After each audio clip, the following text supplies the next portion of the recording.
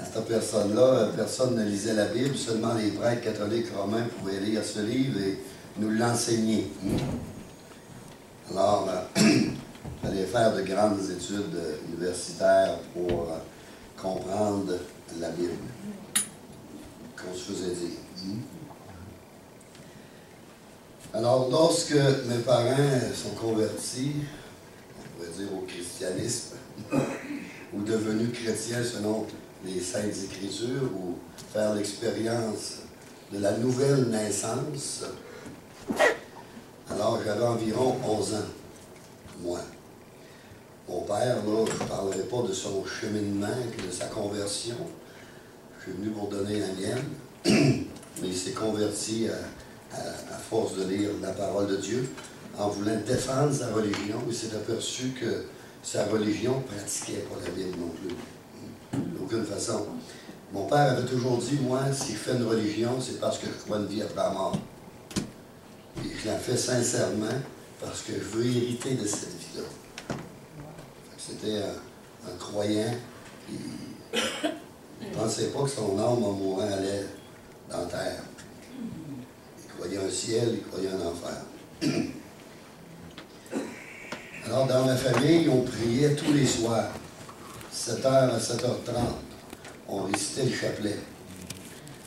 Il y en avait plusieurs dans le village qui faisaient tout ça. Mais nous, on le faisait encore, puis la procession de foi, je ne sais pas s'il y en a qui se souviennent de ça, ça s'était fait chez nous. On avait tout décoré la maison, parce que tous mes frères, avant moi, avaient servi la messe aussi. Ça l'arrêtait à moi, je n'ai pas été un servant de messe. J'étais trop jeune. C'est pour cette raison-là. Alors, on récitait le chapelet, une demi-heure. C'était obligatoire, on n'avait pas le choix. C'était une loi qui était imposée, une règle. Alors, mes parents ont continué à prier, mais plus de la même façon. On a continué, on appelait ça un culte. Maintenant, on va faire un culte à Dieu, au Seigneur. Alors, premièrement, il y avait des chants, c'était des chants chrétiens. On avait chacun nos petits livres, Cœur et Cantique, Les ailes de la foi. Et on avait nos chants préférés, on levait la main, moi je chantais ça. Moi, c'était Attaché à la croix pour moi.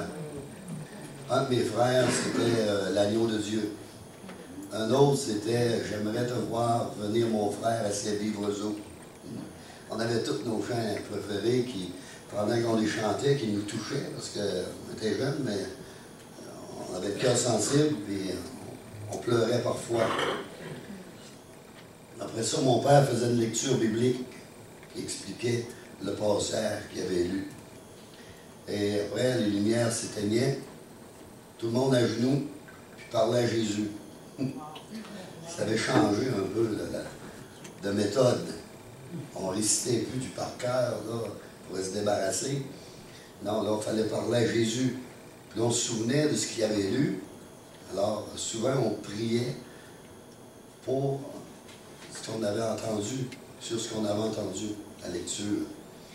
Et la Bible, c'est le miroir de la parole de Dieu, puis peu importe l'âge qu'on a, lorsqu'elle est lue, puis expliquée un peu, on se voit.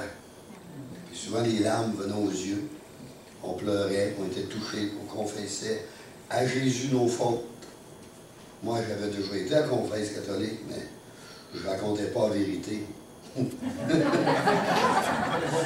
y avait un petit penchant rebelle, et je ne voulais pas tout dire ce que je faisais. Parce qu'il y avait une pénitence, j'aurais été longtemps en pénitence.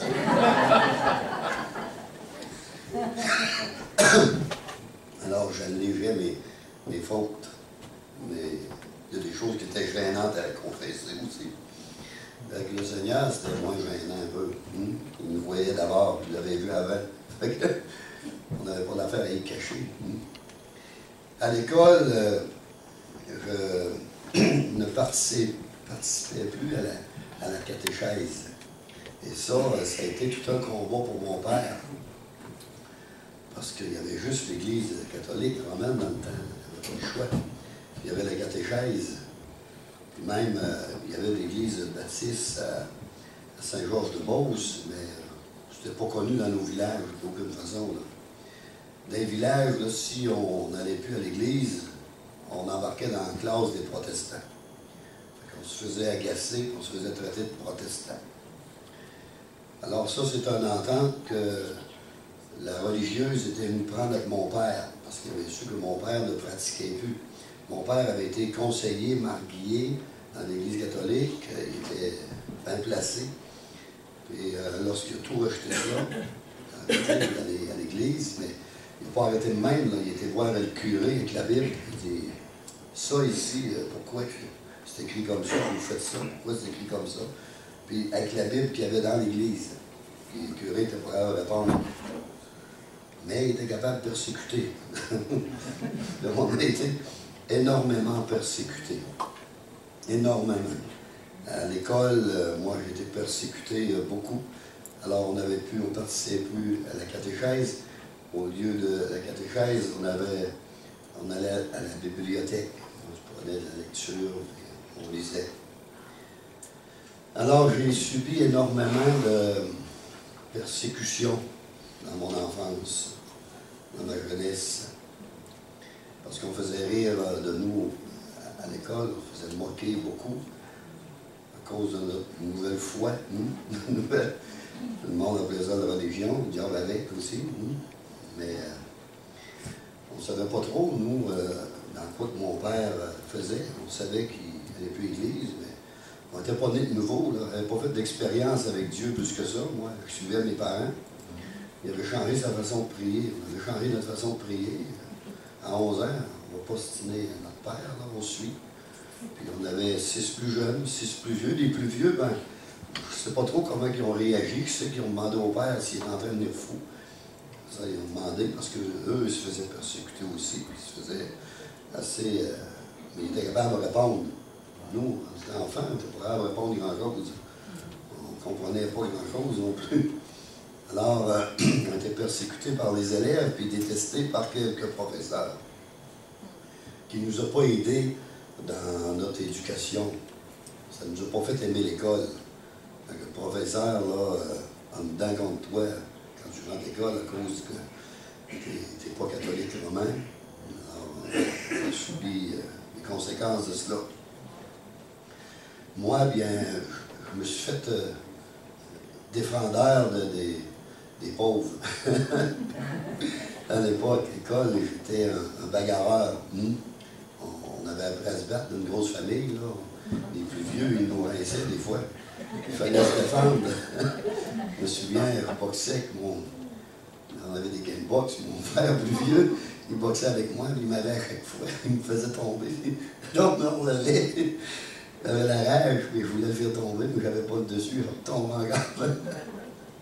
Il m'avait endurci. Il m'avait formé le caractère. Alors, quand les élèves se mettaient plusieurs sur un, puis ils le persécutaient, ils me méprisaient, parce que vous savez, il y avait une famille qui était très pauvre. Et en arrière, il y avait un dépotoir. Et puis souvent, les enfants, ils allaient jouer dans ça, puis ils arrivaient à l'école, il y avait du linge rempiécé énormément, des fois. Il y avait 4-5 pieds sur leurs vêtements, puis tout le monde se moquait d'eux. Moi, ben, accoutumé de nous faire persécuter, de faire moquer, je prenais leur défense. Parce que je n'aimais pas, je savais c'était quoi subir ces choses-là. Alors moi, je m'étais fait une sorte de carapace, puis je boxais plus que d'autres choses. Je ne me laissais pas insulter trop longtemps. J'avais pris l'autre côté. Alors, comme je disais, on ne comprenait pas trop ce que mon père vivait. Vous savez on ne comprenait pas la parole de Dieu vraiment. Là. On vivait des petites expériences. Je me souviens une fois, un de mes frères plus vieux, il avait pris de la boisson énormément. Et il avait pris l'auto à mon père. Il avait rentré dans la maison, il avait pris les clés, puis il voulait se sauver avec l'auto. Là, mon père en avait eu connaissance. Il s'était levé, puis il avait enlevé les clés. Il voulait repartir en boisson. Il dit, écoute, là, si t'es pour agir comme ça, on ne va pas te garder. Il avait au moins 18 ans à l'époque. Ben, c'était 21 ans, il était majeur à l'époque. Mais lui, il avait 18. Il dit 18 ou 19. Il dit, si tu continues de même, je ne pourrai pas te garder à la maison. Fait que, il avait fait sa valise. Il dit, je m'en vais, puis je calme tes poignets. Puis ma mère s'était levée aussi pour essayer de les raisonner, parce que là, c'était presque rendu à chicane. Moi, je partageais ma chambre avec lui. Moi, quand j'avais entendu ça, donc mon père l'avait mis dehors et tout, et nos grands frères, on les aime bien. Alors, j'ai dit que je ne le reverrai plus jamais, jamais, jamais. Moi, dans ma petite tête, c'était fini. Il partait, puis il faisait sa valise, c'est comme s'il mourait. Je me souviens que je m'étais mis à pleurer, puis crier à Dieu. Là, il avait défait sa valise, puis il était revenu. Il s'était couché. Là, j'avais eu une réponse dans ma petite tête, là, ce que je pouvais comprendre. Alors, je savais que Dieu pouvait nous répondre. Il nous touchait, mais il répondait aussi. Alors, j'avais 11 ans, et à chaque dimanche, on se rendait au culte à Mégantic. On allait à la réunion à partir de Saint-Honoré, Mégantic, ça donnait 1 heure de route, aller, 1 heure revenir.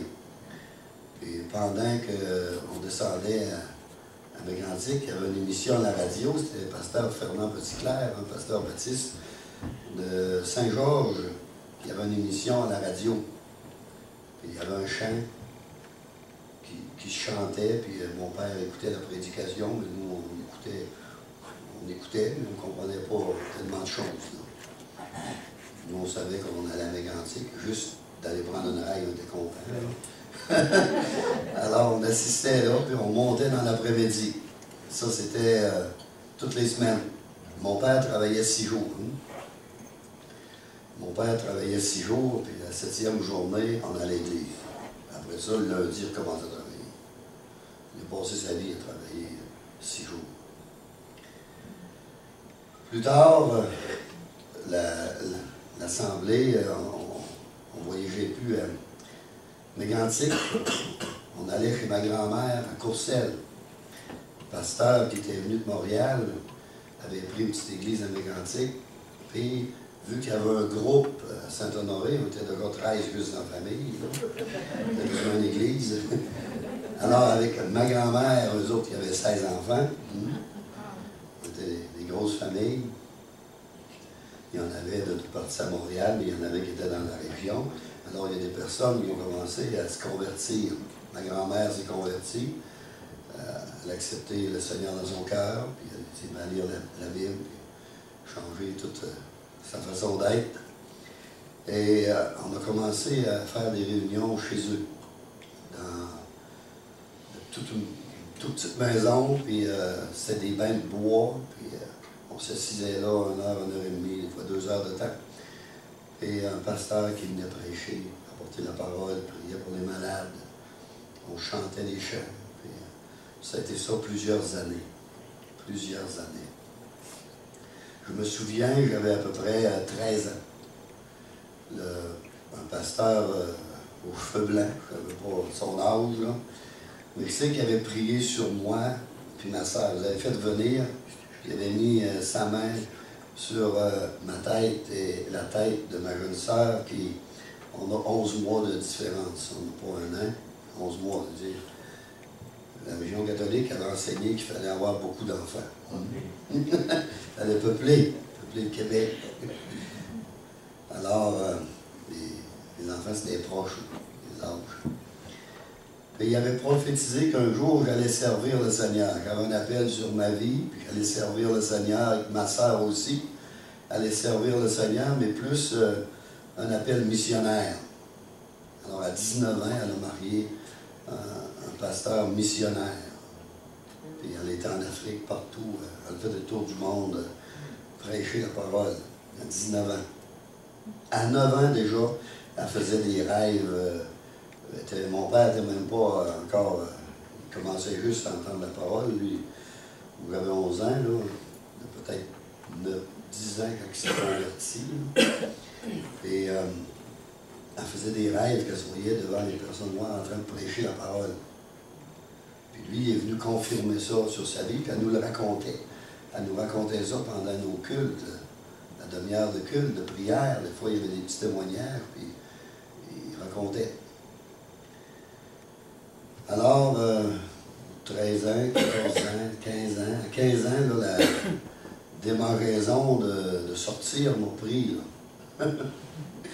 Alors, j'avais un ami qui avait 17 ans, qui avait une moto. Et je me suis acheté une moto. Il n'a pas mis à mon nom, je l'ai mis à nom à mon frère. C'est d'une famille, on s'entraide. Il avait mis à mon nom, mon frère plus vieux. Et c'est moi qui l'avais payé, puis c'était à moi, puis c'était toute une moto. C'était une Triumph Bonneville 650, chopé un peu. J'avais suivi mon cours de conduite à voyager à Saint-Georges. Pas de permis, bien entendu. On suivait le cours, hein? C'était moins sévère un peu dans le temps. Alors, là, lui, il fréquentait beaucoup les motards, puis ça nous démangeait aussi d'aller vers les motards. C'était des motards de Thetford dans le temps qui étaient. Oui, c'est pas mal ceux-là qu'on a aujourd'hui, là, en plus grand nombre, puis en plus mauvais, les Angel. Là. Alors, on aurait fréquenté ça.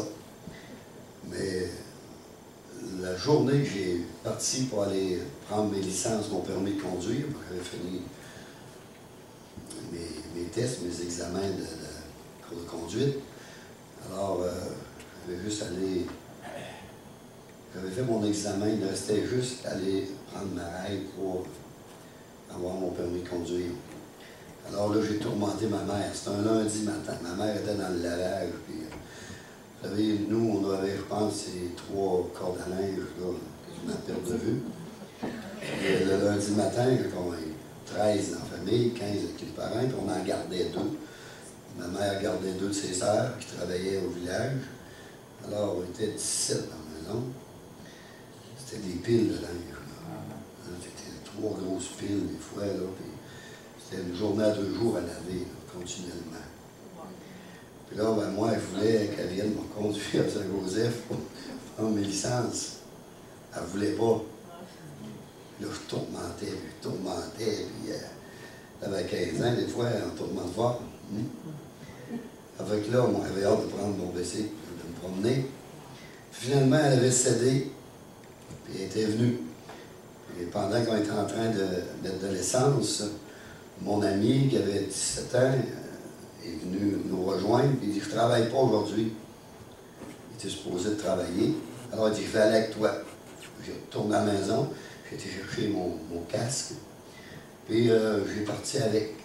On est parti, on aurait pu monter vers la Guadeloupe, puis une autre place. On a passé par Saint-Martin. Saint-Martin, Saint-Georges, puis on aurait remonté. On se rallongeait, mais c'était une règle de bicycle. Mais il était rouleux, lui, un peu. Fait qu'on s'en allait au moins 110, 80 000 à l'heure. Il était toujours au fond. Il y avait un Hyundai de l'année, 113. Son père lui avait un Honda, que son père lui avait acheté. Puis lorsqu'on descendait, à un moment donné, en rentrant dans le village, ben, c'est un village, ça, qu'on voit loin, là, puis on rentre, il n'y a presque pas de maison, puis après ça, il y a des garages, une shop, puis on a encore un bon bout là, dans les maisons. Il montait un tracteur de ferme comme cela, nous on descendait dans ce sens-là, puis il a viré en croyant avoir le temps. On a frappé juste entre les 2 roues du tracteur. Alors mon compagnon, lui, la tête est rentrée dans le moteur, puis ça a fini là. Il s'est tué sur le coup, puis moi j'ai glissé sur lui, puis j'ai monté. On était en face d'une shop, puisqu'il y avait des travailleurs qui étaient en train de prendre leur break. Et j'ai monté à hauteur des fils électriques. J'ai tombé assis sur l'hydraulique du tracteur en arrière. Le rail qu'on appelle là. Alors, sur l'impact, je me suis cassé la jambe, j'ai breaké. J'ai breaké avec mon pied pour ne pas frapper le tracteur. Puis le chapeau a sorti. Il est sorti, puis lorsque le pied m'a cassé, il avait des bottes zippées du long avec un zip de côté, puis elle a resté à terre. Alors, là, en tombant sur l'hydraulique, ben, je n'ai pas tombé la tête sur l'asphalte. Je me suis protégé la tête. C'est pas moi qui l'ai protégé, là, mais ça m'a protégé la tête. Alors, j'ai eu des fractures plus au niveau de la colonne, et puis dans le bas des jambes, partout. Alors, je me souviens qu'une de mes sœurs avait invité mon ami, parce qu'on était toujours ensemble, vous savez, un ami à cet âge-là, on est toujours ensemble. On avait des projets ensemble, et tout se faisait ensemble. On voulait aller travailler dans les États-Unis, sur le tape. Il y avait un de ses frères qui était là. Puis, plus tard, on va monter là, puis on va travailler là, puis on fait de l'argent. Oh, oui. Ça a arrêté d'être là. Les rêveries, puis les projets. Alors lui, ma soeur m'a raconté par après qu'elle l'avait invité au culte, parce qu'il était à la maison. Moi c'est obligatoire, parce que 18 ans, le culte. Tant qu'on restait à la maison, on faisait le culte. C'était ça. Fait que j'avais rentré, puis j'avais fait mon culte d'une demi-heure. Lui, ma soeur, elle l'avait invité. Oh, elle dit non, ça ne m'intéresse pas, ça. Il dit, mais que c'est vieux.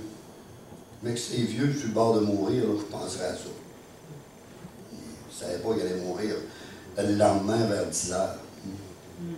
Ça, personne ne le sait. Mais la mort, on en guette plusieurs. Des fois, on pense qu'on a toute la vie. Des fois, c'est très court. Puis j'en ai vu plusieurs mourir dans la fleur de l'âge. Une fille, entre autres, une de mes voisines, parce que ma sœur partait aller étudier la Bible pendant 3 ans dans l'école biblique, puis elle avait 18 ans. Elle l'a traitée de folle, elle perdait sa vie, les plus belles années de sa jeunesse, puis qu'elle ne devrait pas aller là, puis elle avait essayé de la décourager là, toute l'après-midi. Fait que le soir, son chum, une belle fille, elle sortait avec un gars, il est venu la chercher, puis il prenait de la boisson. Fait qu'ils ont pris une raide d'automobile dans le village voisin, puis dans la veillée, ils ont rentré d'une galerie. Fait qu'elle s'est tuée sur le coup. Puis ma sœur, elle vit encore aujourd'hui, puis elle a 3 enfants. En mission. Sa fille aussi est impliquée on est tous impliqués dans les églises. Alors, ça c'est une deuxième personne là, qui est décédée. J'en ai vu un autre, un de mes frères plus vieux, lui aussi il avait une moto. Il venait de reconduire mon frère à la maison, puis il demeurait pas loin, mais juste un coin de rue. Ça fait qu'il est parti, il a viré, puis il a rentré d'une vanne qui était stationnée sur le bord du chemin. Il est rentré dedans. La vanne était stationnée sur le côté là. Puis lui, il a viré, puis je ne sais pas, il l'a pas vu, lui, il est rentré direct dans la vanne. Puis il n'est pas mort sur le coup, mais c'est des petites heures du matin, il doit avoir pris beaucoup de poissons. Yves, là, l'ambulance est venue le chercher, puis sur le pont à Saint-Martin, on passait par Saint-Martin, parce que je pense que les reins étaient en gravelle. À ce temps qu'on a repassé dans un rang asphalté, mais avant, il fallait faire le tour. Ça, on ne voulait pas passer dans le chemin de gravelle. Alors, rendu sur le pont à Saint-Martin, le curé allait chanter sa messe, puis frappe l'ambulance. Alors, il y a un autre accident. Puis là, il est décédé, on n'a pas pu l'emmener à l'hôpital à temps. Il est décédé là. Une autre personne de 17 ans, 17 ou 18 ans, pas plus, qui est décédé. Alors, il ne s'était pas racheté de moto dans le village là, pendant plusieurs années. Puis c'est mon ami qui l'avait racheté. Il n'y avait pas d'autres motos dans le village. Là. Il y avait moins. Puis là, encore un accident. Il était encore plusieurs années, là, personne n'a acheté de moto. Le monde avait peur de cela. Avec raison. On se faisait couper le chemin, c'était pas combien de fois par jour. Parce que le monde est habitué avec des. Je pensais que c'était des escapédales, là, mais je pouvais jouer. T'emmenais, il sortait devant toi et il partait. Il fallait toujours conduire en prévision de se faire couper le chemin. C'était très dangereux. On le voit encore aujourd'hui, c'est pas beaucoup mieux. Alors moi, j'ai été, à la suite de cela, transporté à l'hôpital à Saint-Georges. Saint-Georges était trop blessé, alors ils m'ont emmené à Québec, à l'hôpital Saint-Sacrement. J'ai été trois jours aux soins intensifs. Puis là, le monsieur du tracteur était là, puis je le voyais, puis il dit « Pourquoi tu nous as coupé le chemin? Pourquoi tu as fait ça? Pourquoi tu as fait ça? On a eu un accident. » Je ne savais pas encore que mon compagnon était décédé. Moi. Personne ne me l'avait dit. Là. Il ne voulait pas que j'aie de choc en plus. Là. Personne ne m'avait annoncé sa mort. Mais le monsieur était là, puis il dit « Pourquoi? » Parce que moi, j'avais resté avec l'image du tracteur qui nous coupait le chemin, puis on le frappait. L'autre bout de route, je ne m'en souvenais pas, mais je me souvenais du tracteur qu'on avait frappé, là. Sa dernière image que j'avais. Puis là, le monsieur était là, parce que lui, s'était fait coincer aussi le pied droit sur les pédales. Hein? Les pédales avaient tout écrasé sur son pied, puis il restait infirme de cela, le monsieur. Alors, il y a une femme, mon cousin s'est marié plus tard, puis j'ai su que c'était l'oncle à ma femme, de sa femme. Elle était ma cousine aussi, là. Alors là, j'étais en colère après lui, j'ai chanté des bêtises, finalement, ils m'ont enlevé d'avec lui, parce que j'étais trop en colère, je n'arrêtais pas de chialer après lui. Aussitôt, je me réveillais. Il m'a redonné un calmant. Aussitôt, je me réveillais. Je me reprenais après lui. Ils m'ont monté dans un lit, dans une chambre. J'étais là 2 mois. Je suis sur le dos, sans bouger. Puis le docteur venait me voir toutes les 2 semaines. En 2 semaines, tu vas sortir. En 2 semaines, tu vas être guéri, tu vas sortir. En 2 semaines. Ça faisait 2 mois. J'en faisais plusieurs 2 semaines. Là. À un moment donné, je me suis fâché, puis j'ai dit je vais avoir la vérité. C'est rien que les mensonges que tu me dis. Je vais avoir la vérité. Quand je vais sortir d'ici? Mon jeune, là, t'es cassé, grané, on t'a gardé longtemps ici, en traction et tout, en espérant que ton os de cuisse reprenne, ton fémur. J'étais cassé à la cheville du pied. J'étais cassé en bas du genou. J'étais cassé toute la cuisse en miettes. Il y avait le bassin cassé, la colonne fêlée. Puis j'avais d'autres fractures un peu sur les autres jambes, sur l'autre jambe, là, mais c'était pas quelque chose de grave.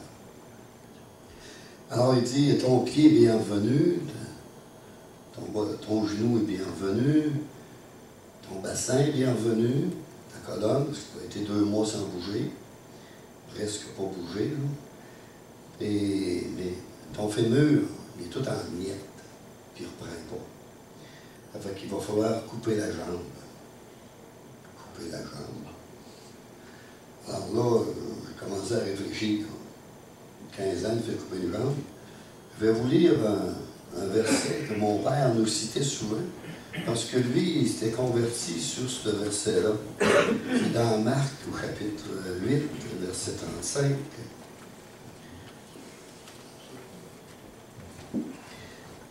Il nous dit, « Car celui qui voudra sauver sa vie la perdra. Mais celui qui perdra sa vie à cause de moi et de la bonne nouvelle, qui est la parole de Dieu, la sauvera. » Et mon père, moi, il disait toujours ce verset-là, quand il témoignait à d'autres personnes. Il avait su c'était quoi perdre sa vie. Quand tu es boulanger, il était boulanger d'un petit village. Alors, il travaillait pour un de ses oncles, mais c'est lui qui faisait le pain. Alors, perdre sa vie, là, il pouvait perdre son emploi. C'est les grosses persécutions de l'Église. Grosse persécution de tout le monde du village. Il ne savait même plus s'il pouvait encore acheter à l'épicerie. Peut-être qu'elle allait se faire clairer. Mes enfants, école, peut-être tous se faire mettre à la porte. Ma femme va peut-être demander le divorce. C'était sérieux, là, ça. Accepter le Seigneur dans ces années-là.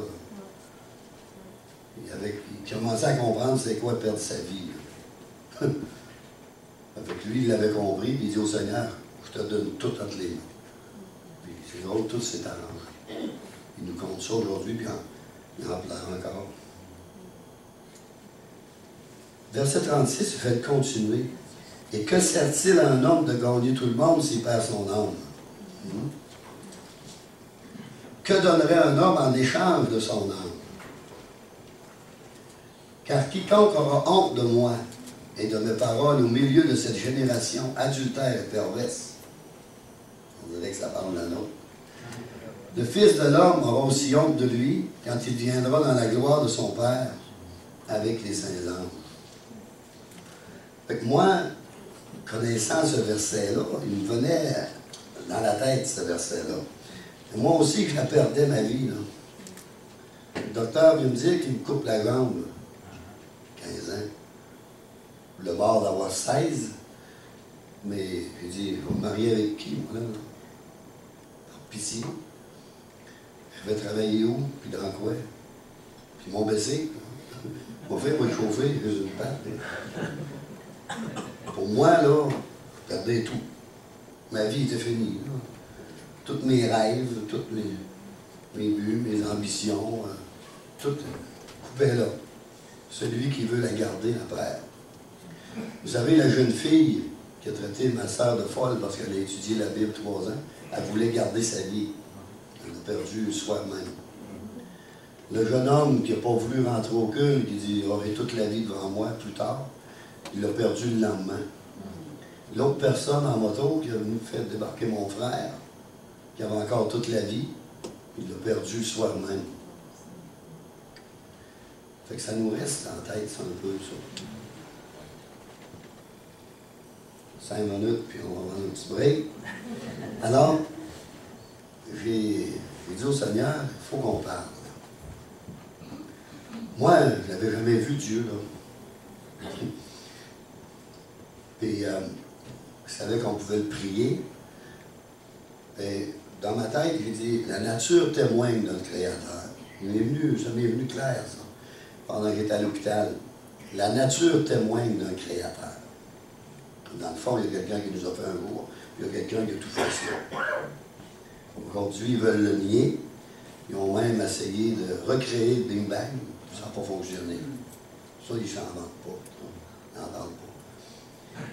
Puis, ils disent qu'on a, c'est l'évolution, on descend du sang et tout, en tout cas. Ils ont passé 2 heures de temps au fait des émissions comme cela pendant Noël. C'est tout pour défaire la parole de Dieu. On voit que l'esprit du monde est contraire à la parole de Dieu. Alors, j'ai parlé au Seigneur un peu de même, j'ai dit, je perds ma vie.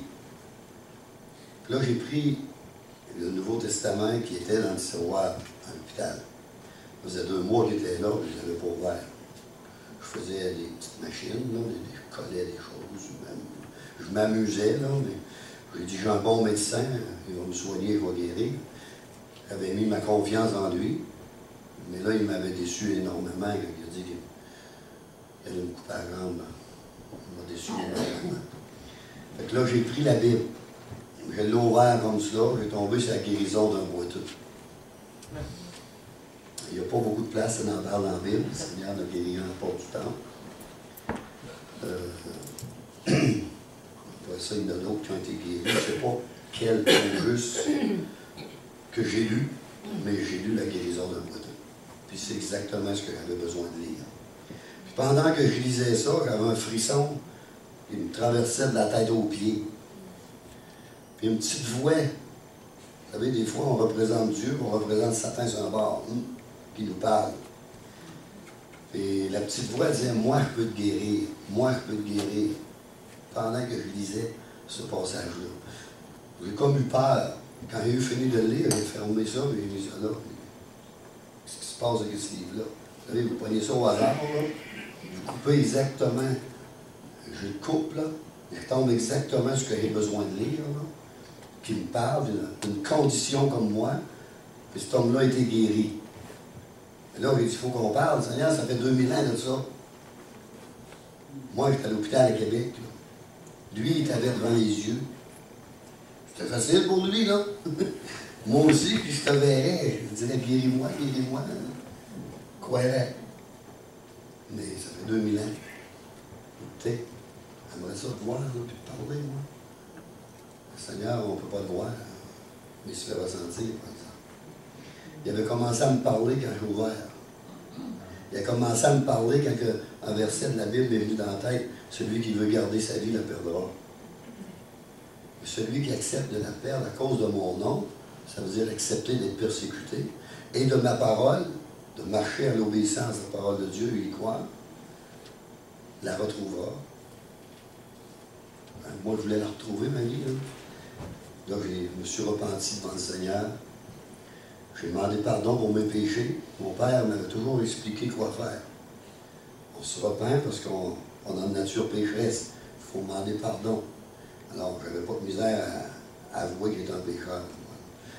J'avais juste 15 ans, mais il l'avait fait à plein. Avec là, j'ai dit, Seigneur, je suis un pécheur. Blasphème, vol, mouvement, regardez, je ne fais pas. Je suis un pécheur.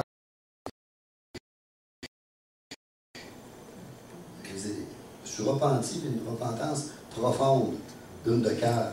J'ai pleuré sur mes péchés. Après ça, j'ai senti une paix, puis une joie qui m'a envahi, que je ne connaissais pas, et qu'on ne peut pas trouver dans ce monde-là non plus. C'est la joie surnaturelle, puis une paix surnaturelle, puis Dieu dit qu'elle est surnaturelle, cette paix. Mais c'était la réconciliation avec Dieu, par Jésus-Christ, parce que je me suis toujours adressé à Jésus. Parce que mon père a dit, il faut s'adresser à Jésus, c'est lui qui est mort sur la croix. C'est compliqué, là. Et entre ciel et terre. C'est lui, il faut que tu parles. Ça fait que là, je me suis adressé à lui. Puis là, j'ai fait une expérience de salut. Je ne savais pas ce que je vivais, là, moi. Je ne savais pas, mais je ne comprenais pas ce que je vivais. Mais je le vivais. J'avais une paix, une joie, puis un amour qui s'est développé pour Dieu. J'ai donné, là, j'ai dit au Seigneur, moi, ma vie est finie, ma vie est perdue. Si tu la veux, je la donne. Mais je l'ai donné comme un gars de 15 ans. Il ne savait pas trop ce que je faisais. Il me disait. On réalise par après, c'est quoi perdre notre vie en grandissant. Alors là, j'ai dit, Seigneur, moi, là, j'ai parlé de la guérison. Seigneur, là, moi, il me coupe une jambe. Ma vie est finie, si tu la veux, je te la donne. Prends-la entre les mains. Moi, vivre de même, ça ne m'intéresse pas. Mais je ne vais pas mourir, là, mais je donnais. Viens diriger. Quand on dit donner notre vie, c'est je vais suivre tes directives. Je vais marcher selon tes conseils. Je vais devenir un peu ton esclave. Alors là, j'ai donné ma vie au Seigneur. Puis, j'ai dit au Seigneur, si tu me guéris, j'ai demandé de me guérir, je vais croire encore plus. Je n'ai pas fait de promesse sur ça. Là. Mais après avoir fait la lecture que j'avais faite dans la Bible, Dieu avait guéri cet homme-là. Je croyais. Je croyais ça. Croire, c'est dire oui, ça. Oui, je crois. C'est ça. Après ça, ça va en grandissant. Mais j'avais dit au Seigneur, oui, je crois ça. Avais-tu d'autres portes de sortie? Ben pas. Des fois, on est à côté au pied du mur, comme on dit. L'épreuve, souvent les épreuves nous emmènent au Seigneur. Quand ça va bien, ça va trop bien. On ne s'intéresse pas à Dieu plus que ça. On ne cherche pas de tout notre cœur. Mon père, ce n'était pas un alcoolique, c'était pas un gars qui fumait, c'était pas un gars qui blasphémait, c'était pas un gars qui sortait. Il élevait sa famille, puis il faisait ses affaires. Lui, c'était pas pour que Dieu change sa vie, qu'il se débarrasse de toutes sortes de vices. C'était qu'il sauve son âme, qu'il aille au ciel. C'était plus dans ce but-là. Moi, c'était peut-être une autre chose. Là. Et j'ai juste dit ça au Seigneur. Après ça, j'ai rouvert le livre, le Nouveau Testament qui était là. Puis j'ai commencé à lire. J'ai lu pendant au moins 3 jours. presque jour et nuit. Les infirmières venaient me disputer parce que j'ouvrais la lumière, puis je fermais mon rideau. Il y avait d'autres personnes dans la chambre. Fait que là, je mettais la lampe sous les couvertes, puis je lisais en dessous les couvertes. Pas déranger personne. Mais j'avais tellement besoin de lire, ça me faisait tellement de bien. Ça m'encourageait. Je voyais d'autres choses que du malheur. Là. Je voyais du bonheur, des guérisons, des délivrances. Ça vous montait le moral terriblement. Puis lorsqu'on invite Jésus dans notre cœur, dans notre esprit, il vient, puis on a un amour pour lui. Puis on lit, puis on commence à comprendre. Parce que Dieu nous révèle par son esprit. Jésus, quand il est monté au ciel, il dit « J'enverrai sur vous ce que mon Père a promis, le Saint-Esprit, qui vous enseignera et vous révélera ma parole. » Alors, avec l'Esprit de Dieu, on lit, on comprend. Et là, j'ai lu, puis le lundi matin, le docteur est arrivé, 2 infirmiers, la civière, et il dit « On vient pour t'opérer. » Couper la gorge. Ils ne disent pas couper la gorge, là. C'est vulgaire, là. Ils disent, on vient pour l'opération. Ouais. Il dit, avant, j'aimerais qu'on passe un dernier examen. Pourquoi il dit ça? Je ne sais pas. Ça faisait peut-être partie de la routine, ou c'est Dieu qui est en train de mettre à cœur de ne pas couper comme ça, là, sans vérifier. Parce que moi, j'avais demandé au Seigneur de me guérir entre-temps. Et vous savez, quand il y a plusieurs mois, la jambe, une certaine traction. Passer 3 jours de plus, là, on n'essaye pas de le forcer, la jambe. Moi, j'étais accoutumé. Quand je l'ai dépassé 2 mois. Alors, il dit, essaye d'élever le bas de ta jambe. Là, j'ai fait des efforts, puis j'ai élevé le bas de ma jambe. Il dit, essaye d'élever ta cuisse. Là, j'ai fait des efforts, puis là, j'ai élevé ma cuisse. Ma cuisse n'était pas accoutumée de la lever, je la virais un peu pour dormir, mais je ne bougeais pas plus que ça. Puis là, quand je l'ai levé, il a pris ses 2 mains, puis il a commencé à serrer pour tâter l'os. Il y avait une bonne poigne, monsieur, là. Il serrait fort. Il dit, lâche-moi tranquille, tu me fais mal, tu me fais mal. Puis là, il serrait. Plus qu'il disait ça, plus qu'il serrait. Puis là, il dit, un miracle, ça se peut pas. Il dit, ton os est repris. Ils ne m'ont pas coupé la jambe.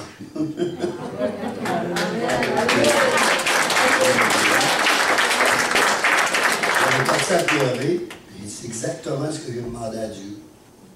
C'est exactement ce que j'ai demandé à Dieu ou au Seigneur, là, parce que souvent on appelle plus souvent Seigneur. Et je pleurais de joie dans mon lit, parce que je gardais ma jambe, et le Seigneur m'avait guéri. Il a dit, il va pouvoir sortir de cet hôpital-là. J'avais une fenêtre de côté-là, que je voyais un arbre, puis une en arrière, que je voyais rien. Fait que c'est pas le paysage là qui m'a monté le moral. Alors j'ai demeuré encore 1 mois à l'hôpital pour réapprendre à marcher. Je pensais que ma jambe droite était forte, c'est la jambe gauche que j'avais blessée. Quand je l'ai mis à terre pour débarquer du lit, je pensais d'être capable de me soutenir dessus. Mais quand ça fait 2 mois qu'on est au lit, là, on n'a plus aucune force. Même 1 semaine, puis déjà, on ne sait pas si on va être capable de se tenir dessus. Ça fait qu'imaginez 2 mois, il a fallu que je fasse une marchette, des béquilles, une canne, puis je faisais de la physio à l'hôpital. Puis entre-temps, mes parents avaient déménagé au lac Mégantic. Alors moi, je pensais de arriver dans mon village, connaître tout le monde. Et, je savais que mon père avait déménagé, mais je ne l'avais pas réalisé dans ma tête. Et je me suis retrouvé d'une ville, je ne connaissais personne, absolument personne. Une ville un peu isolée de tout le monde. Mégantic, ça c'est isolé, ça. Il faut que tu fasses 50 000 sur ce bord-là ou 50 000 sur l'autre pour trouver un village qui a de l'allure. C'est bon, une fois marié, là, avec ta famille, mais tu sais, quand t'es garçons, là, le monde sont loin. Eux, ils font toutes leurs affaires à Sherbrooke. Saint-Georges, il y en a de Mégantic qui n'ont jamais été à Saint-Georges de vie. On lui parle de Saint-Georges, c'est où ça? C'est en heure, là. toutes les affaires dans le bout du corps. Alors là, j'ai commencé à aller à l'église. Il y avait une petite église dans le côté ici. J'ai commencé à aller à cette église-là. Et c'était mon beau-frère qui venait de l'apprendre, qui était pasteur là. Lui qui avait marié ma soeur. Alors lui, il n'était pas encore mon beau-frère. Il a marié ma soeur après. Là. Il est arrivé là, il était garçon. Il a marié une membre de l'église, une fille. Alors lui, il donnait des bons enseignements. J'allais au culte 2 fois par semaine. J'écoutais, je priais. J'étais vraiment exaucé et béni. Tout ce que je demandais à Dieu, je l'avais. J'avais une bonne relation avec, j'étais heureux, je couchais, j'étais en paix. Je m'ennuyais de mon village, je m'ennuyais de mon monde, là, mais à part de ça, du point de vue spirituel, j'étais très heureux. Là, très heureux. Pas longtemps après avoir sorti de l'hôpital, j'ai reçu une lettre aussi du médecin. Il voulait que je retourne. Retourner à Québec, passer des examens, des tests sur ma jambe, parce qu'il ne comprenait pas ce qui était arrivé avec moi. Je n'ai pas gardé cette lettre-là à 15 ans. J'ai déchiré ça en 1000 miettes, là, puis j'ai jeté ça au feu, je pense. Parce que je ne voulais jamais retourner là. J'avais été 3 mois, mais j'avais été assez longtemps. Ah non, pas de prix pour retourner là. C'était pas un cauchemar pour moi, sauf depuis que le Seigneur est venu dans mon cœur. Je ne comprenais pas, puis moi je savais c'était quoi. Comment j'essaierais d'expliquer, on vendrait le panier à ça. Moi j'étais correct, puis je marchais, puis tout allait bien. J'avais commencé à travailler, tout, puis avec mon père, dans la même shop, ça allait très bien. Alors j'ai jamais retourné là. Nombre. Et quand j'y retourné, c'est parce que c'était pour accompagner quelqu'un qui avait peut-être 50 ans. Je retournais là d'aucune façon. Là, vous savez que les églises, il n'y avait pas beaucoup de filles à marier là. Pour ceux qui ont grandi dans l'église, ils sont rares. Vous êtes peut-être dans l'église d'une 25-30 membres. Vous avez beau regarder, souvent c'est les personnes âgées qui sont là. Et on avait un bon groupe de jeunesse, par contre, un bon groupe de jeunesse. La même famille. Mais, ouais, c'est la même famille. J'ai marié ma soeur avec vous. Mais, il y avait quelques filles, là, 2-3 filles, mais ça allait pas, là. Des fois ça va, des fois ça va pas. Ça allait pas. C'était bien smart, là, mais c'était pas mon genre, c'était pas mon style de fille. Alors, là, je me suis acheté un auto, 17 ans, quelques mois avant d'avoir 18 ans. Mon père, il savait qu'il avait signé. Fait que là, j'ai acheté ma première auto. Mais là, je travaillais dans une shop où c'était plein de monde, puis les gars, beaucoup de monde de mon âge, puis ça sortait. Je ne sais pas si vous savez, dans les années 70, là, ça brassait dans les hôtels. Là. Il y avait du monde dans les hôtels. Aujourd'hui, il n'y en a plus. Mais c'était la grande mode, là. C'était plein partout. Puis il y avait des nouveautés, là. C'était des danseuses à gogo, là. Même, il a essayé des messes à gogo à un moment donné. Il faut que ça fonctionne mieux. Il y avait des danseuses à gogo, puis là, les gars, ils se racontaient ça, qu'ils avaient fait la fin de semaine, puis tout, puis le fun qu'ils avaient eu. Puis... Moi, j'étais là, je les écoutais. Je ne connais pas ça, ce fun-là. Je ne connais pas ça du tout. Je n'avais jamais sorti. J'étais arrêté juste avant. Ça fait que là, ma soeur m'a présenté une fille qui n'allait pas à l'église, qui allait tout le monde. Je me suis attaché à elle, c'était plus elle que je cherchais. Elle avait un appartement en ville. Mais moi, dans ma tête, c'était une fois marié, il n'y avait pas de problème pour ça. Mais j'ai sorti quelques mois avec, puis ça n'a pas été bien rose. Là. Ça a été plutôt un piège pour m'éloigner du Seigneur. Puis il est tombé dedans face première. Fait que j'ai commencé à aller à l'hôtel avec elle, puis moi je dansais pas. Fait qu'elle allait danser avec les autres, puis elle trouvait ça plate. Elle trouvait qu'elle avait une vie plate un peu. Moi, les choses du monde, ça ne m'intéressait pas beaucoup. Mais là, je sombrais tranquillement. Là, à un moment donné, elle m'a laissé, puis là, il y a eu une peine d'amour terrible. Là. Puis là, je l'ai suivi. C'est son frère qui la suivait avec mon auto. Puis lui, ça était un autre qui conduisait son auto. Moi, j'étais trop en boisson pour conduire. Fait que là, j'étais à son appartement. Maintenant, sur l'auto de l'autre, il n'y avait pas de muffler. Ça faisait du bruit, puis le propriétaire est sorti choqué.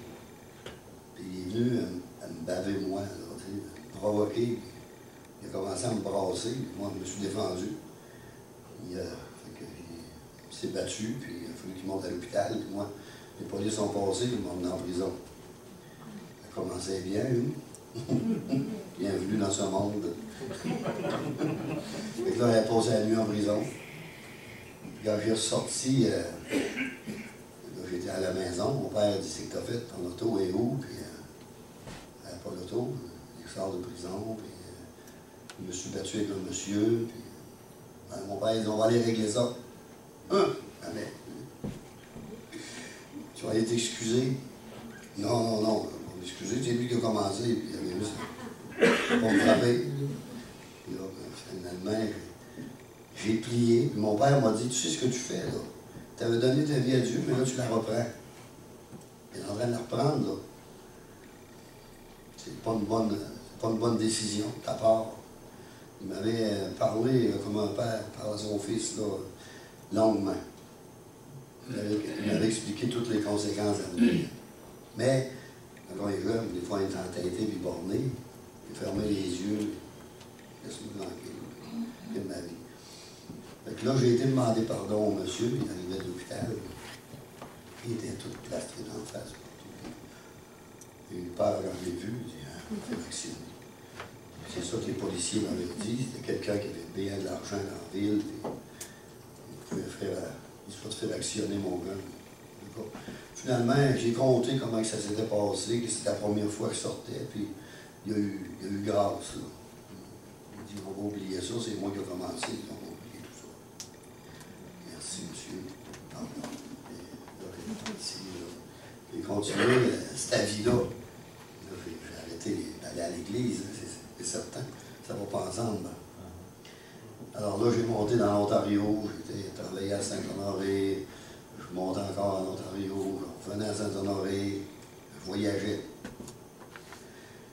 À un moment donné, j'ai eu l'argent de cet accident-là, parce que ça ne marchait pas avec la paillette dans ce temps-là. On avait pris une action contre l'assurance du monsieur, puis tout. Puis, cet avocat-là, il ne s'était pas occupé de ma cause.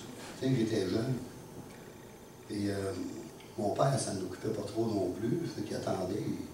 L'avocat disait toujours: oh, oui, c'est en train de se régler, c'est en train de se régler. Puis on m'a demandé tel montant, puis tu vas voir ça bientôt. Mais les années passaient, puis ça ne se réglait pas. À un moment donné, j'avais 19 ans. Là, j'ai dit: je pense que la loi était venue qu'à 18 ans, on était majeur. Aussi, à cette époque-là. Là, j'ai été le voir à sa maison. Il avait déménagé au lac de chemin, monsieur. J'ai dit: mon dossier, es-tu sûr que tu t'en occupes? Ça ne bouge pas. Oh oui, je sens les mains. Il l'avait perdu. Je n'en étais jamais occupé. Il ne m'en avait jamais dit. Mais il me faisait croire. J'ai parti, j'ai été voir un autre avocat, et j'ai mis ça entre les mains, au pourcentage. Il a envoyé une lettre. Puis l'avocat a été obligé de me payer le prix qu'il avait demandé à l'assurance de ses propres poches. Parce qu'il avait trouvé une position, là, une vraie position d'avocat.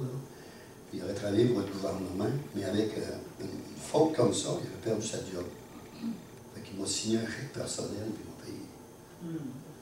C'était un gros montant à l'époque, tout près de 30 000 $. On pouvait avoir, juste pour vous dire, on s'achetait un bon galop flambant neuf pour 20 000. Alors, là, j'ai acheté une maison. Une maison, on a payé 5 000 $. pas loin de mes parents. Et là, ben, on continuait toujours à sortir, puis fêter, puis foirer. Il avait baptisé ma maison le refuge, parce que tout le monde venait là, même le fils du maire restait chez nous. Il y a plusieurs personnes, mais c'était une maison pour foirer, on dit. À ma grande honte, une fois mon père et ma mère, sans m'avertir, avec ma grand-mère, viennent me visiter un samedi matin. On devait être 20 dans la maison. Un qui dormait à terre à une place, l'autre. Il y en a un qui avait fait couler le bain pour dormir dedans, pour être à chaleur. C'est ça l'idée, hein, quand on est jeune. Il y avait, les caisses de bière étaient empilées, puis les 41. Et on n'enlevait pas nos bottes. Hein. Fait qu'on marchait dans ça, des petits loches dans la maison. Je regarde le châssis. Papa, maman, puis grand-maman. Il venait, grand-papa, mon père venait faire visiter la maison à ma grand-mère.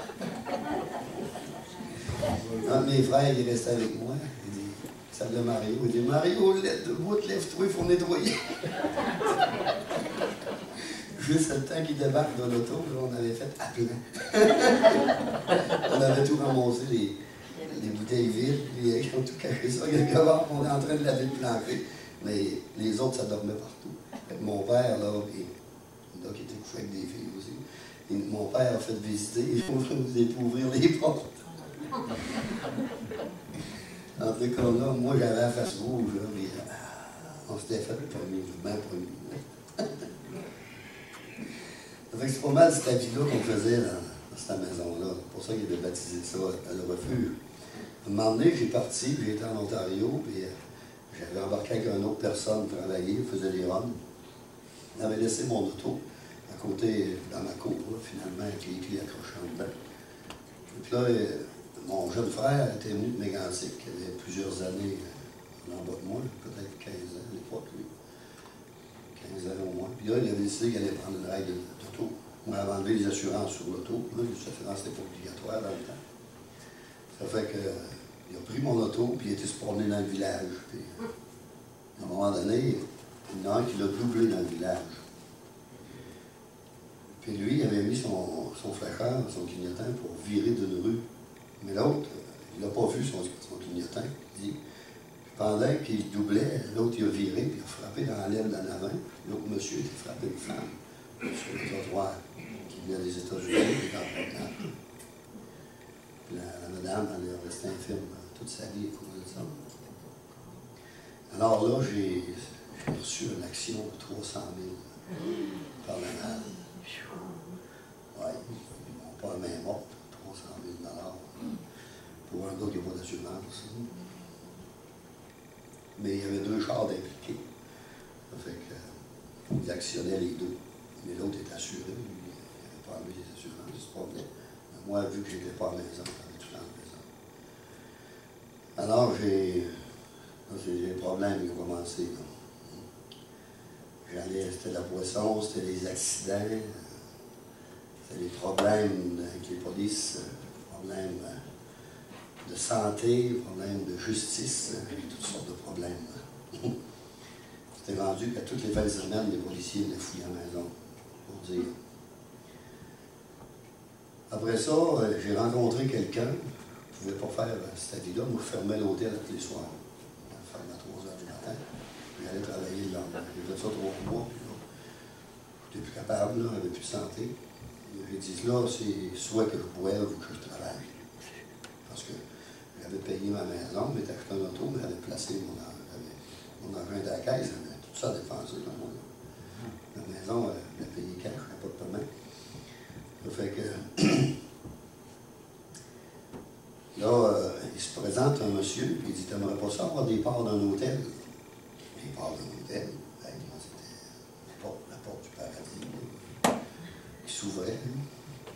Ah oui, ça m'intéresserait. Là, jase, puis tu pourrais investir avec moi, puis lui, il y avait le grand part. J'ai investi un 10 000 que j'avais, plus ma maison. Ça va être un bon investissement. Avec là, on avait fait des rénovations, on avait divisé l'hôtel, ça s'appelait l'hôtel Château Maisonneuve. C'était un hôtel de banquet et de noces. Mais nous, on l'avait divisé, on avait mis des danseuses d'un bord, et des noces de l'autre bord. Imaginez quand il y avait des noces. Les madames, ils venaient rentrer d'un monsieur. Il y avait moyen de chicane de ménage, là.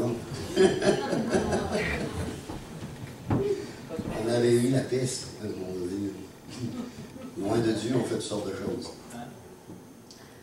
Et finalement, j'étais là plusieurs mois. Puis moi, j'allais à Montréal, j'allais choisir les danseuses, je les descendais. Puis j'étais comme gérant dans l'hôtel.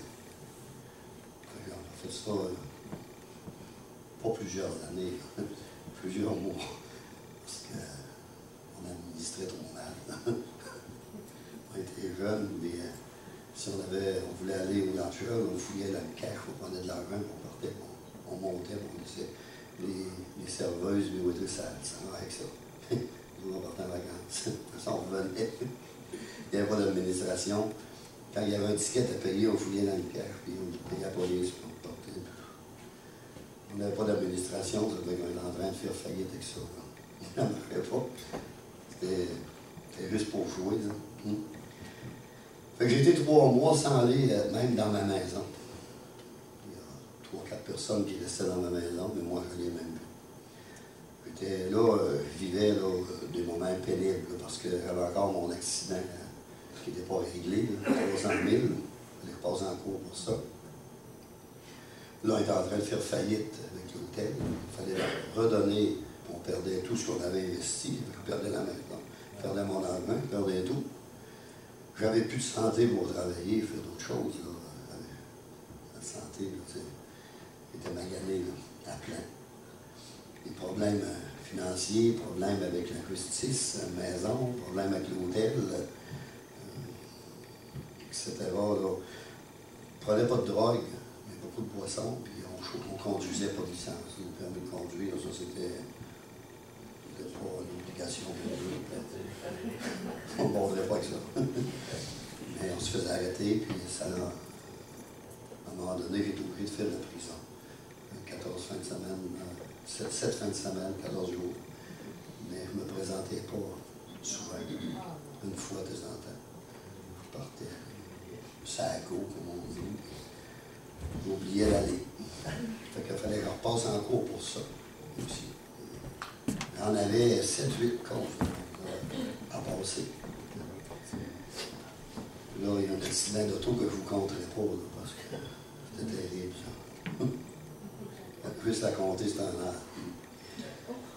Alors là, j'avais des problèmes, j'étais malheureux, puis j'avais plus de joie, plus de paix, plus de santé. J'ai dit, il faut aller dormir à ma maison. Je tremblais, je shakeais, j'étais vraiment une soupe. Il ne restait plus rien dans la cuillère. Tout ce qui va avec. Là, j'ai dit, il faut que je me repose, il faut que je me refasse une santé. Je vais aller coucher à ma maison. Puis j'ai parti ce soir-là, puis j'ai été couché à ma maison. J'ouvre la porte, personne. On n'avait pas de clé pour rentrer là. On va aller voir une porte. Et c'était ouvert à tout le monde. Fait que j'ai couché, j'ai essayé de dormir, mais il fallait moins que je dorme à la lumière ouverte, hein, parce que là, j'étais plus capable dans le noir, j'avais trop peur. Il fallait que je dorme dans la lumière ouverte. J'ai dormi dans la lumière ouverte, je me suis endormi, j'étais tellement fatigué. Mais je dois avoir dormi une couple d'heures. Après ça, j'ai fait un cauchemar pendant que c'était plus des rêves, c'était des cauchemars. On voyait des bébites partout, là, trop de poissons, puis passer le sommeil. Comme les gens disent, on voit des bébites. Fait que là, je me suis levé, j'ai rêvé que je me faisais manger par des vautours, des gros oiseaux noirs qui m'arrachaient la chair. Puis je pensais tellement que c'était réel, quand je me suis réveillé, j'avais un oreiller dans les mains, puis je les frappais dans le vide, là. Puis je sautais dans le lit, puis je les frappais. Et finalement, il avait tiré mon oreiller. Ah, où est-ce que je suis rendu? Je suis donc bien rendu bas. je me suis mis à réfléchir quand j'ai sorti de l'hôpital, puis quand, dans le temps que je demeurais à Mégantic, combien j'étais bien puis heureux. Ça s'est passé à peu près dans l'espace de 4 ans. Ça prend pas de temps, là. Enfoncer. Puis là, j'ai dit, il faut crier Jésus comme j'ai crié à l'hôpital. J'ai essayé de nommer ce nom-là, puis ça ne sortait pas de ma bouche. J'avais les lèvres zippées, soudées. Je criais dans ma tête, mais je n'étais pas capable de prononcer le mot Jésus avec mes lèvres. Fait que j'étais lié et enchaîné de partout. Ça fait que là, j'ai viré la tête, puis il y avait un verset après le mur, et je vais vous le lire dans le psaume 34. Je vais vous lire un peu avant, un peu après. Verset 5. « J'ai cherché l'Éternel et il m'a répondu. Il m'a délivré de toutes mes frayeurs. Quand on tourne vers lui les regards, on est rayonnant de joie. Et le visage ne se couvre pas de honte. » Et c'est ce verset-là qui était écrit après le mur. C'était une madame de Mégantic qui faisait de l'artisanat, puis elle avait écrit ça sur un rang de parchemin. J'allais acheter ça, j'avais mis ça dans ma petite maison. Et on lit au verset 7, « Quand un malheureux crie, l'Éternel entend, et il le sauve de toutes ses détresses. L'ange de l'Éternel campe autour de ceux qui le craignent, il les arrache au danger.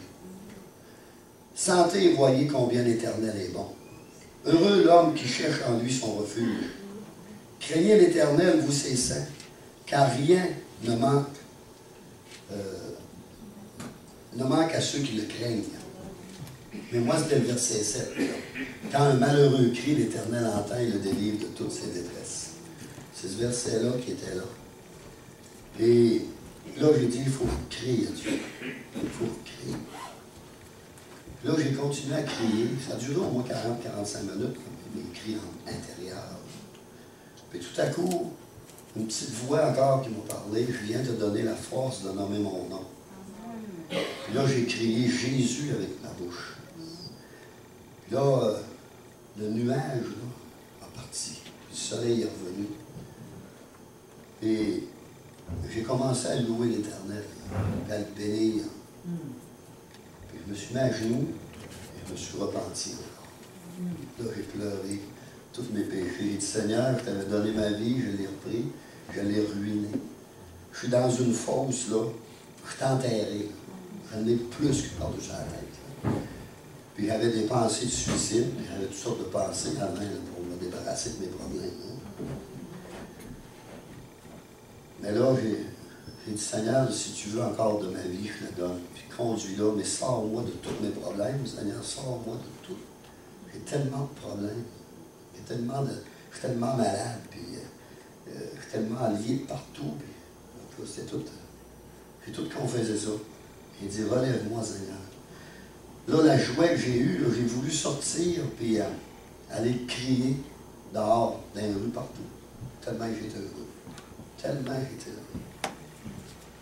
Je dis, c'est une joie et une paix qu'on ne trouve pas dans ce monde. Mais là, ils vont dire que je suis fou.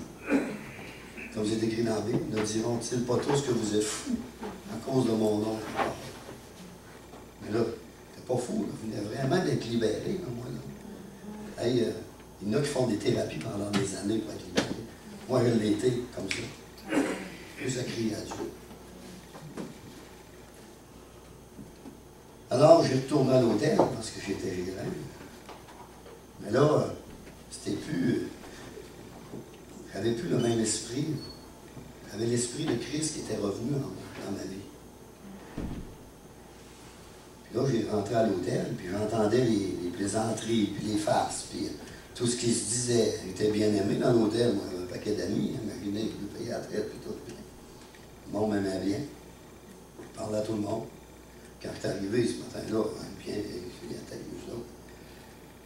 je les écoutais parler, puis eux, j'ai envie de pleurer. Ça avait l'air tellement triste.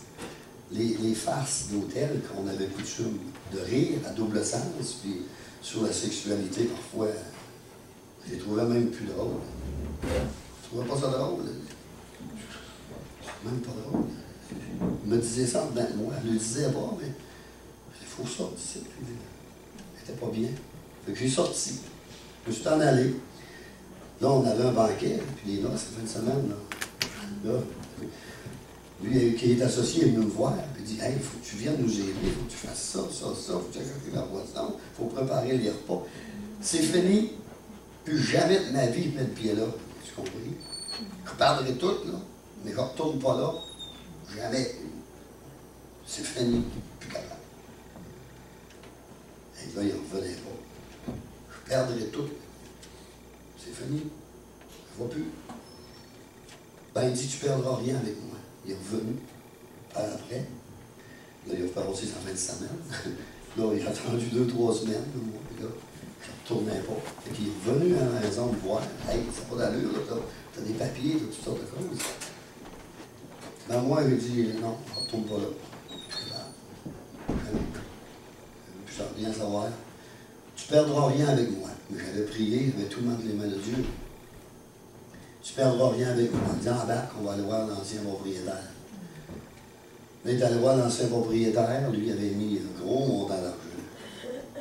Il dit: Moi, là, ça ne me fait rien de tout perdre. Mais lui, tu le payes. Oh non, je ne paye pas pour ça. Je vais reprendre l'hôtel, mais je ne paye pas pour ça. C'est correct. Je vais déclarer faillite. On va être fermé 3 ans, et n'importe, tu vas l'opérer. Correct. Je déclare faillite, je retourne d'abord. Je déclare faillite. Attends un peu, je vais le payer. Il va se payer un chèque, il a éclairé l'hypothèque sur ma maison, il a donné l'argent que j'avais prêté. J'ai tout re. Je n'ai pas perdu un sou. Gloire à Dieu, hein, parce qu'on a dû tout perdre. Là, j'ai commencé à travailler, j'ai prié. Il y a quelqu'un qui est venu me voir, il m'a offert l'ouvrage dans la maison. Un travail dans le moulin, j'ai retourné travailler au moulin ici, parce que je travaillais quand j'allais en Ontario, des fois j'en revenais. Je travaillais une période dans la Beauce, après ça, je retournais. Là, j'ai rentré dans le même moulin, puis j'ai commencé à travailler. Il m'a donné plus cher que tous les autres, parce que j'étais accoutumé de faire le travail. Ça prenait des années à montrer à quelqu'un. Ça fait que là, j'étais là pendant. Là, j'ai arrêté de courir, j'ai arrêté d'aller dans les hôtels tranquillement, là, aller à d'autres hôtels. Puis, à un moment donné, là, j'ai tout fait ça. Je me suis marié. J'ai commencé à retourner à l'église, à l'assemblée. Puis j'ai été 3 ans, là, je suis à mes réunions, puis j'allais à l'église, puis j'étais marié. Puis... Mais là, il y a personne qui se convertissait. J'étais seul dans le village. Seul encore. 3 années. Puis un chum. Même mes amis que je connaissais, des fois, allaient leur parler dans le cours de l'hôtel, puis ils se viraient de bord, puis ils s'en allaient pendant que je parlais. Ouais. J'en ai passé plusieurs comme ça. Des choses assez dures. Donc, à un moment donné, j'ai dit, au bout de 3 ans, j'étais découragé. J'ai dit, je recommence à la avec mes amis et tout. Puis je travaillais avec un de mes amis qui est décédé l'année passée. Puis on peut dire qu'on a fêté ensemble là, dans notre jeunesse. Alors là, pendant que je travaillais, la scie a bloqué, il y avait 3 scies, des grandes de même. Je suis passé d'un pouce, un pouce et quart là, entre les scies. Et on faisait la clôture en neige. C'était pas vraiment la clôture en neige. En construction, on mettait des lattes, on mettait du plâtre. Déjà défait des maisons comme ça. On voit ça, des fois, ils défendent des maisons de plâtre. Puis il y a toutes des lattes, là. On faisait ces lattes-là, qui ressemblent énormément à la clôture en neige. Là. Et là, j'avais levé un drapeau, j'avais arrêté la machine, j'avais levé le couvert, j'avais mis un drapeau pour pas que personne vienne peser et partir la machine tant qu'on avait les mains là. Puis pendant que j'avais les mains là, une heure qui est passée, mon meilleur ami, puis il repart les mains, repart la machine. Les 2 mains me passent d'ici. J'étais 1 an sans travailler. J'avais 2 gros gains de boxe pendant plusieurs mois.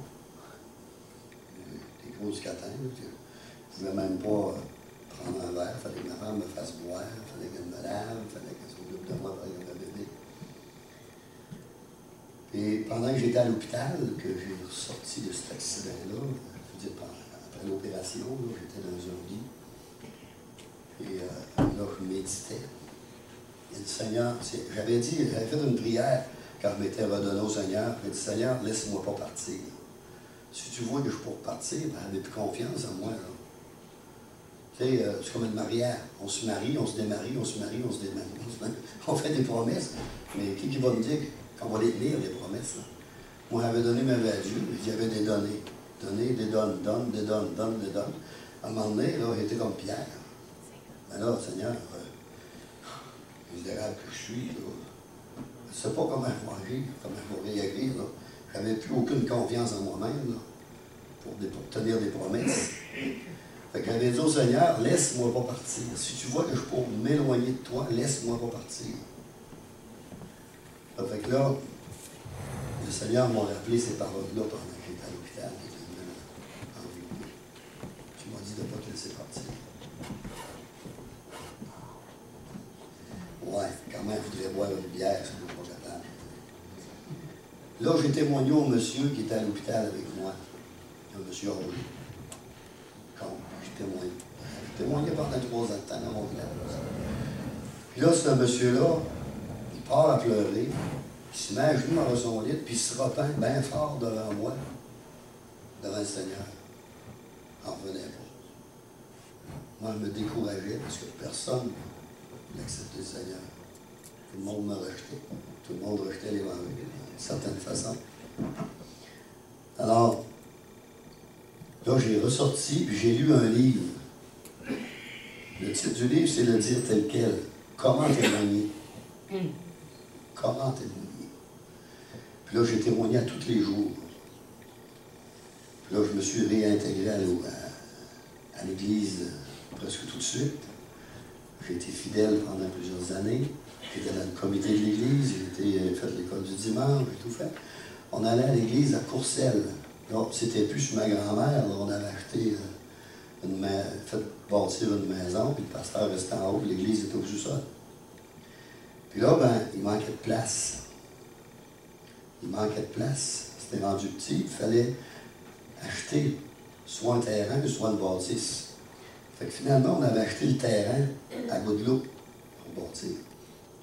Mais moi, j'avais fait des réunions de prière à Mégantic, puis pendant une réunion de prière, le Seigneur m'avait parlé dans mon cœur. Puis il dit, vous allez avoir comme église l'hôtel Château Maisonneuve que tu as déjà eu. C'est elle que tu vas racheter. Puis ça va devenir une église. Je me vire de bord, puis il y avait un homme, un de mes amis qui s'était converti, qui avait toujours resté dans la maison avec moi. J'ai dit, ça se peut-tu que le Seigneur m'ait dit ça? Il dit, c'est de Dieu, ça va s'accomplir. Bon, oui, de toute façon, quand c'est de Dieu, ça va s'accomplir. Mais le terrain est acheté pour bâtir. Le Seigneur a dit, vous ne bâtirez pas là, tu vas le faire là. Puis à cause de ça. Il m'a donné toutes les raisons. Moi, j'étais dans le comité, c'est moi qui signais les chèques. Je n'ai jamais parlé de ça au pasteur. C'est le pasteur Carbonneau. Je n'ai jamais dit un mot de ça. Il ne sait pas encore. Et moi, je l'ai dit à un membre de comité. Il dit, Seigneur m'a dit qu'on allait acheter l'église. Fait qu'un bon dimanche, pendant qu'on était au sous-sol, ça s'était vendu, le propriétaire l'avait repris. Après ça, il l'avait revendu à 5 personnes, 5 de mes amis, dans le monde qu'on essaie. Et le père d'homme est venu à l'assemblée, au sous-sol, puis il a assisté. Puis après la réunion, on dit, moi, j'ai la meilleure bâtisse pour vous autres.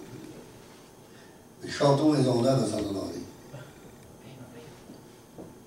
Alors, c'est tout prêt pour vous autres. C'est exactement ce qu'on prend. Ça fait qu'on est parti l'après-midi, on est allé visiter. C'était parfait. Il y avait une belle grande salle, toute bien venue. Moi, je connaissais la bâtisse. Puis en haut, il y avait toutes les chambres, on pouvait tout faire des écoles du dimanche. Puis un sous-sol à grandeur. Je vais vous vendre ça, tel prix. peu plus, un peu au-dessus de 100 000. En vendant l'autre, puis ça, on pouvait. On a acheté. On a racheté l'hôtel pour faire une église. Puis c'est moi qui signais les chèques. J'ai payé les gars. Mais ma mère, lorsqu'elle s'était convertie, bien avant moi, avant mon père, je veux dire, mon père en premier, il était quelques années à l'église, un an, il acceptait à l'église baptiste à Saint-Georges, avec la Mégantic. Après ça, ma mère s'est convertie. Et ce bout-là, -là, c'était entre eux autres, là, ils ne suivaient pas. Moi, j'ai parti de Mégantic, je n'avais jamais été à l'église là-bas. Mais mon père a vraiment connu le salut à l'église baptiste à Saint-Georges. Et moi, ma mère, elle me dit, moi, à tous les dimanches, je priais pour que cette église, cet hôtel-là devienne une église un jour. Elle jeûnait toute la journée. Du dimanche, elle faisait ses cultes, et ma mère avait fait un vœu avec le Seigneur, elle jeûnait. Je n'ai pas reparlé dernièrement si elle mange le dimanche, mais je sais que pendant 40 ans, elle a aimé beaucoup le dimanche. Ça, c'est certain. Puis je pense qu'elle a fait encore ça. Ça fait que, j'ai dit, comme ça, c'est l'exaucement d'une de tes prières. Elle dit oui. Mais elle restait plus, cette honorée, elle n'avait jamais grandi. Mais Dieu avait tout entendu ça, il a tout orchestré ça, il a tout planifié ça, il a tout arrangé ça. En utilisant, nous intégrant dans son plan.